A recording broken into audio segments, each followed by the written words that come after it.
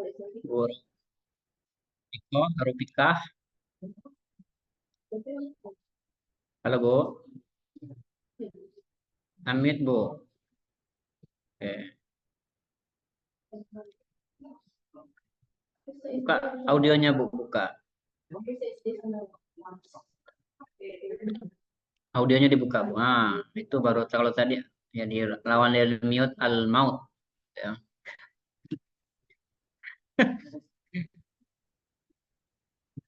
Ibu pakai speaker ya? Soalnya nggak ada suara. Kami tidak mendengar suara Ibu. Nah, itu loh. Baru. Pak, Oke. Yang suara-suara yang sekitar mohon diaman.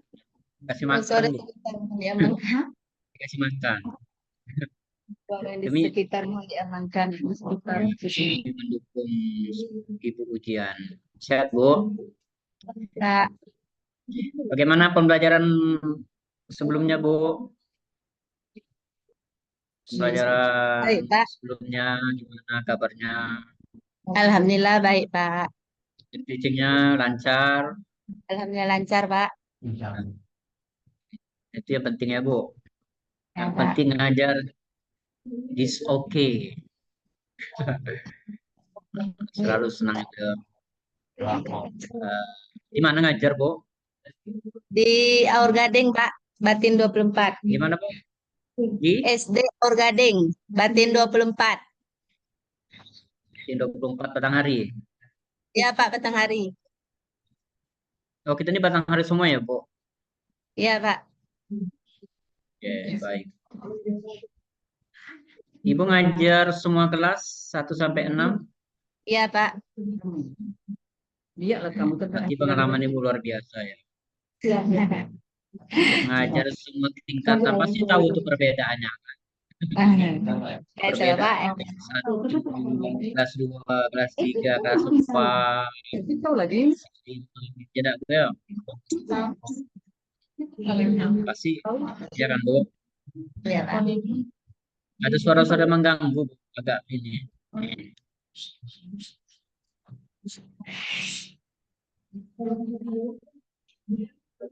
Oke baik Bu kita lanjutkan ya Bu. Ya Pak. Oke. Gini Bu. Eh, kalau tingkatan sekolah dasar itu ngajarnya itu pasti sangat berbeda. Kita mengajar itu pasti sangat berbeda dengan semua kelas-kelas. Ya kan Bu? Apalagi yang kelas 10 misalnya. Kelas 10 itu kalau agama itu belajar agama kelas 10 itu rasa-rasanya itu tidak bisa pakai ceramah. Ya dah Bu. Ya Pak. Pasti tidak. Agak kalau ceramah itu hanya sekedar nasihat gitu itu pun mungkin didengar apa tidak kalau kelas 1 itu. Nah, saya juga pernah ngajar STM. Pasti mereka itu butuhnya dia itu gambar-gambar. Dan saya meyakini bahwa tingkat SD itu banyak yang visualisasi. Ketika ibu mengajarkan huruf alif, mungkin mereka itu lebih cepat kalau kita tampilkan eh, gambar huruf alif itu kan, itu pasti Ya Pak. lebih menarik. Nah, sepengetahuan ibu nih selama mengajar di SD, ketika hari-harinya itu metode apa yang paling sering ibu gunakan, terutama di kelas 10, di kelas 1, Paling sering ya. Iya, sering. paling sering lah. Karena ini beda Demons- tradisi. Demonstrasi dan simulasi. Demonstrasi dan simulasi, Pak. Coba ibu jelaskan dua-duanya. Simulasi itu apa, demonstrasi itu apa? Karena ini menyangkut ibu mendesain pembelajaran lah. Demonstrasi itu adalah metode mengajar dengan cara memperagakan barang atau kejadian, aturan dan urutan melakukan suatu kegiatan. Kalau misalnya wudhu gimana? Wudhu itu kayak mempraktekannya, Pak. Nah, Ibu mempraktekkan langsung. Iya, Pak. Diperagakan dulu di depan anak kan. Ya. Nah, kalau ada anak Ibu laki-laki Menggunakan air macam mana? praktek. Ya, Pak. Kalau ada anak siswa Ibu laki-laki, sementara gurunya perempuan, nah, itu harus antisipasi, Bu. Disesuaikan saja, Pak. Iya, kan tidak bisa. Menyesuaikannya gimana? Gurunya perempuan.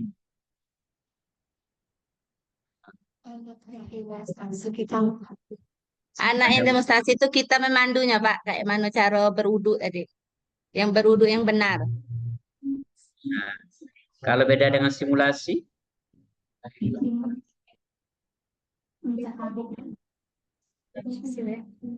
Simulasi itu adalah sebuah refleksi atau visualisasi dari perilaku sebuah sistem.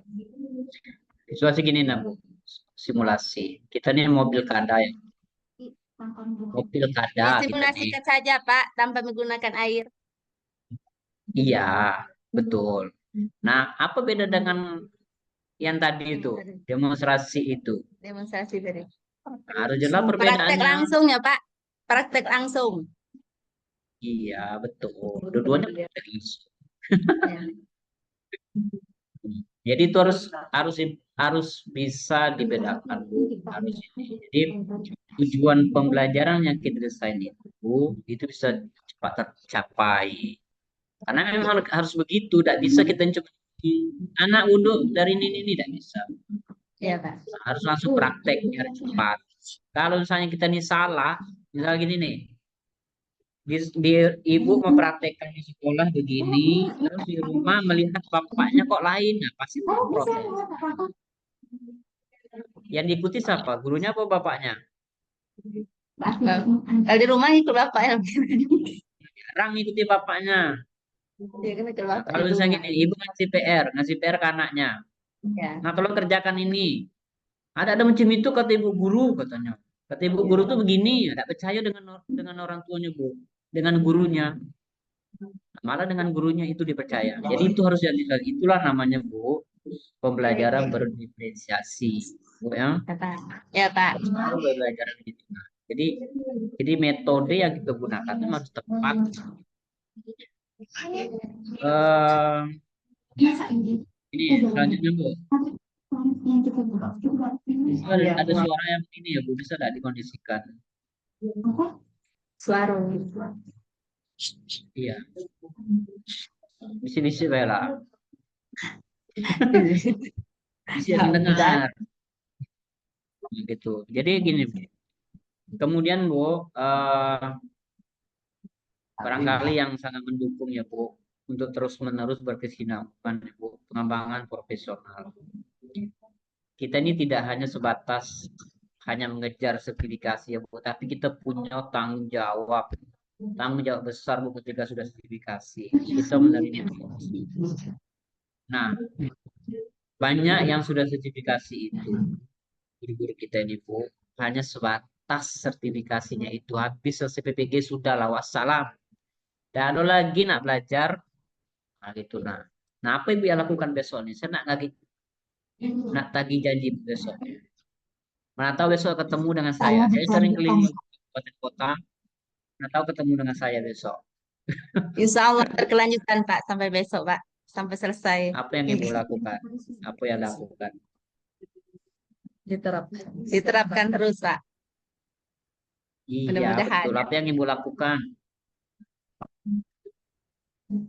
Apa yang dilakukan?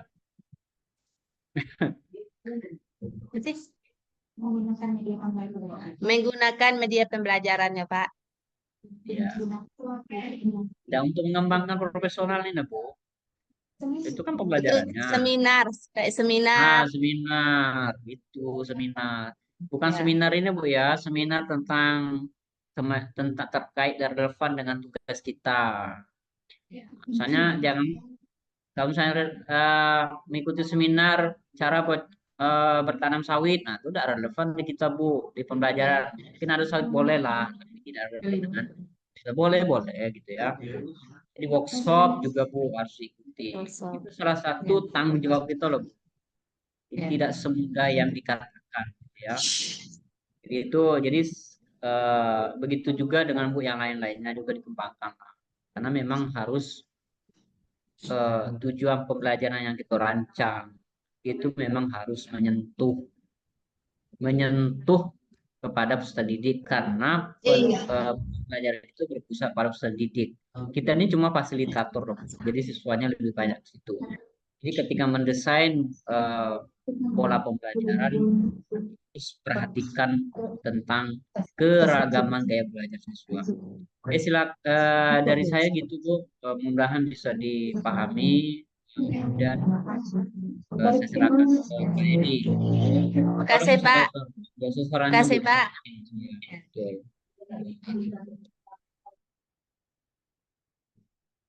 Pak Edi Pak. Iya. Pak Edi lagi. Dapat penyanyi, penyanyi. Yang mana penyanyi? Silakan Pak Edi. Dan sholat bila Pak ada. Oke. Itulah Bu. Jadi Cari dia itu.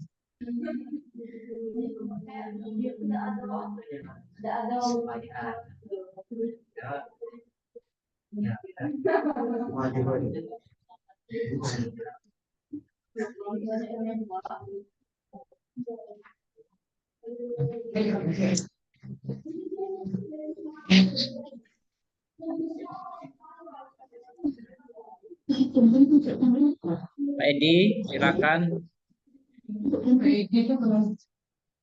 Di sholat kali ya. Sudah masuk. Oke. Oke. Pak. Halo? Pak, silakan Pak.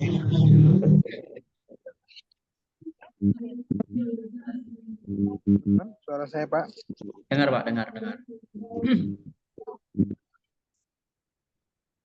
Ini kondisinya masih hujan di sini Pak. Ya, mantap. Lanjutkan Pak. Oke, baik saya lanjutkan. Ibu Ika ya, melakukan Ika. Ibu Rabika Pak ya? Propika Pak. Oke, baik. Ya. Gimana kabarnya Bu? Alhamdulillah baik Pak, sehat. Aman ya? Kabar Nggak Bapak ada- gimana Pak? Alhamdulillah sehat Ibu. Alhamdulillah Pak. Ini ngumpul di mana nih Bu? Di Bulian Pak, di rumah kawan. Karena di tempat kami sinyalnya hilang Pak, lampu mati. Di daerah mana itu Bu? Di daerah Batin 24. Batin 24. Ya. Ibu, kelas berapa? Halo? Ya Pak. Ibu ngajarnya di kelas berapa sekarang? Di SD kelas 1 sampai kelas 6 Pak. SD kelas 1 sampai kelas Kelas 6. 6. Ya Pak. AI Bu. Ya Pak. Ya berarti PAI semua ya Bu ya. Iya Pak, ya Pak. Nah, di SD itu berarti fase Fase B ya, A, B, C. ABC ya. Ya Pak. Yang fase C itu berarti kelas 5 dan 6 kelas C. ya. 5 dan 6 Pak. Oke Bu, kemarin yang di waktu peer teaching itu materinya tentang apa Bu? Tentang rukun Islam Pak. Rukun Islam. Ya Pak. Nanti tujuan akhir dari pembelajarannya adalah ya apa Bu yang itu Bu? Tujuan pembelajarannya Pak. Satu itu memahami rukun Islam dengan benar Pak. Oke. Yang kedua itu menghafal 5 rukun Islam dengan benar. Hafal. Yang ketiga, Cuma 2 itu saya buat, Pak. cuma 2. Iya. Ya. Capaian pembelajarannya apa, Bu, untuk materi itu? Yang di kurikulum, Bu. TP itu siswa mampu menjelaskan pengertian dari masing-masing rukun Islam itu, Pak, yaitu syahadat, sholat, zakat, puasa, dan haji, Pak. Itu yang CP yang ada di kurikulum, Bu, ya? Ya, Pak. Oke. Tadi dari tujuan pembelajaran yang Ibu sebutkan, itu ada 2 ya. Yang pertama adalah memahami Ya, Pak. rukun. Memahami dengan menghafal tujuan.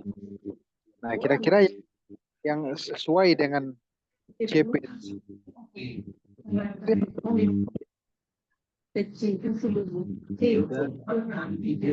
Ya, Pak. Siswa mampu melafalkannya, Pak. Melafalkan. Ya, Ya. tapi ada memahami artinya enggak tadi, Bu, di capaian pembelajaran?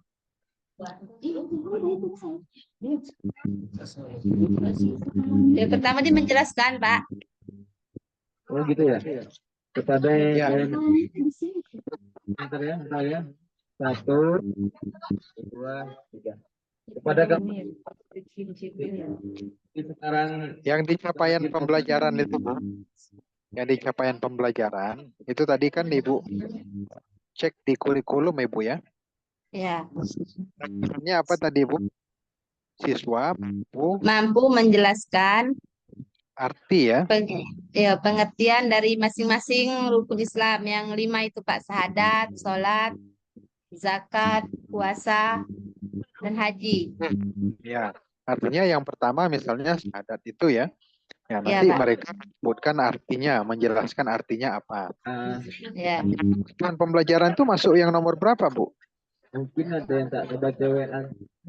Tujuan pembelajaran yang itu kan ada 2 tadi. Ya. Itu Termasuk masuk yang ke nomor berapa? nomor 1 dah, memahami. Nah, gimana, Ibu? Beliau menjelaskan juga, Pak. Menjelaskan, Pak. Ya, ketika merumuskan tujuan pembelajaran, itu kenapa penting memperhatikan kata kerja operasional, Ibu, ya. Ada Ya, Pak. belum taksonomi itu.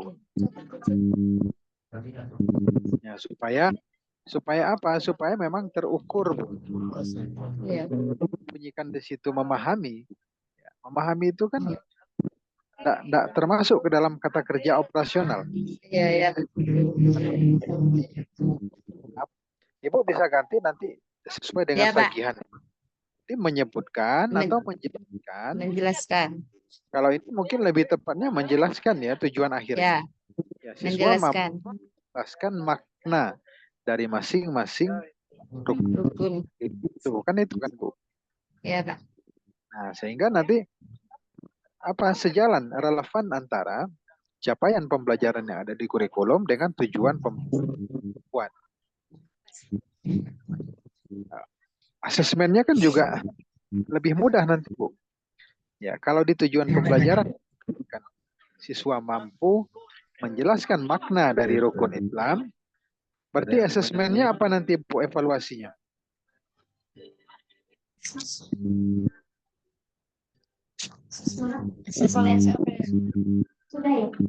Disuruh hanya untuk menguji keterbatasan.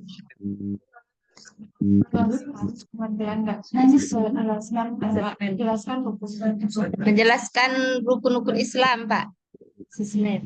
Jelaskan Pengertian rukun Islam.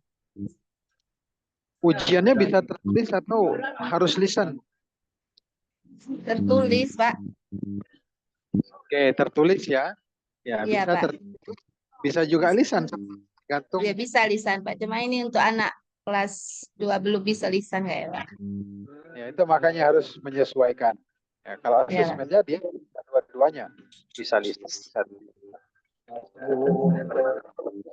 Nanti sangat dipengaruhi oleh tujuan pembelajaran yang sudah disusun ya di awal. Ya.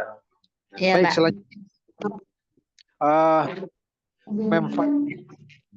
gaya belajar siswa yang berbeda. Nah, Ibu biasanya melakukan apa, Bu? Ya, Pak. Untuk memfasilitasi gaya belajar siswa yang berbeda-beda, biasanya Ibu melakukan apa? Melakukan pembelajaran berdiferensiasi. Ya, itu maksudnya. Contohnya gimana, Bu? Contohnya gimana nih? Berdiferensiasi.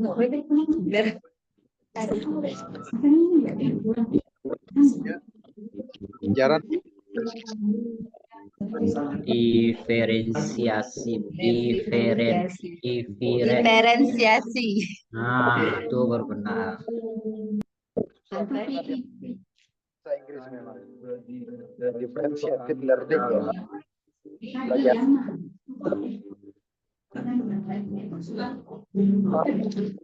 Di kelas.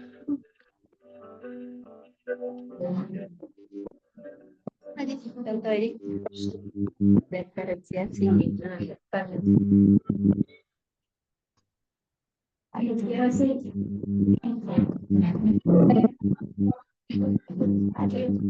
Menggunakan video, Pak. Menggunakan video gambar, ilustrasi permainan, interaktif, atau kegiatan kelompok sebagai materi pembelajaran.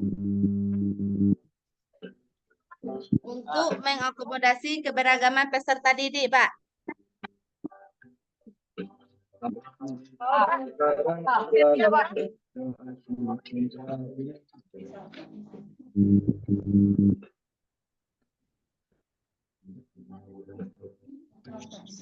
Gimana kegiatannya, Bu? Dengan video tadi.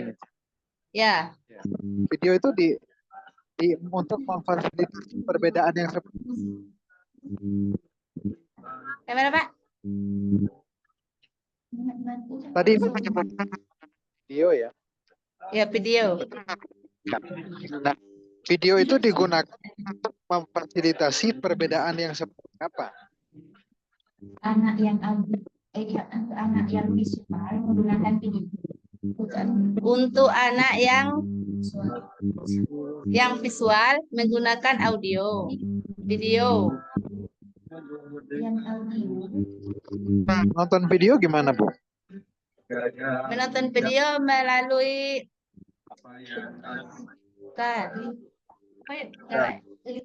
link YouTube. Dipakai Infokus. Ya, maksudnya untuk anak yang tidak suka menonton itu pakai apa, Bu?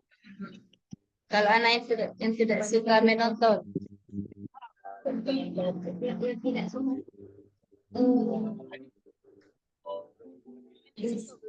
Kita sesuaikan dengan apa gaya belajar. kita sesuai dengan gaya belajar anak lah, Pak.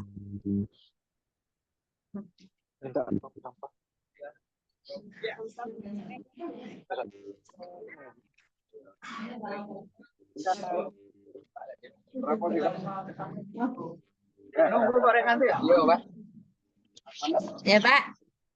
Ya, gimana, Bu? Untuk menyesuaikannya dengan gaya belajar anak, Pak. Diferensiasi itu maksudnya perbedaan apa saja, Bu? Yang dimaksud dengan diferensiasi itu?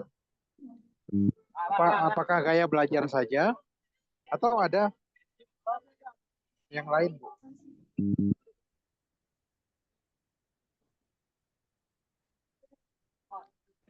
Halo? Ya, Pak. Ya. Teknik Diferensiasi pembelajaran, ya, Pak.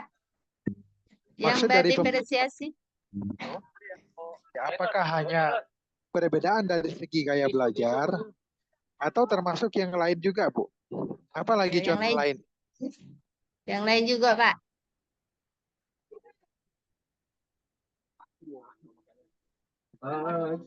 Nah, apa contoh yang lain? Contoh yang lain, mengajak anak keluar, Pak. Bukan. Maksud saya itu Bu, contoh perbedaan yang lain itu apa selain gaya belajar? Apa yang berbeda-beda dari siswa? Kemampuan kognitif anak, Pak. Oke, kemampuan kognitif ya termasuk juga yang dimaksud dengan pembelajaran diferensiasi. Nah, itu harus menjadi perhatian guru juga Ibu ya. Ya, Pak. Karena cara mengajar anak yang kemampuan tinggi rendah itu berbeda, tidak bisa disamakan. Ya, termasuk nanti dari pemilihan materi yang akan disampaikan, cara menyampaikan materi di dalam kelas. Oke, itu Ibu ya. Ya, Pak. Saya kira itu Pak Saripudin. Ya Pak. Terima kasih. Buka ya.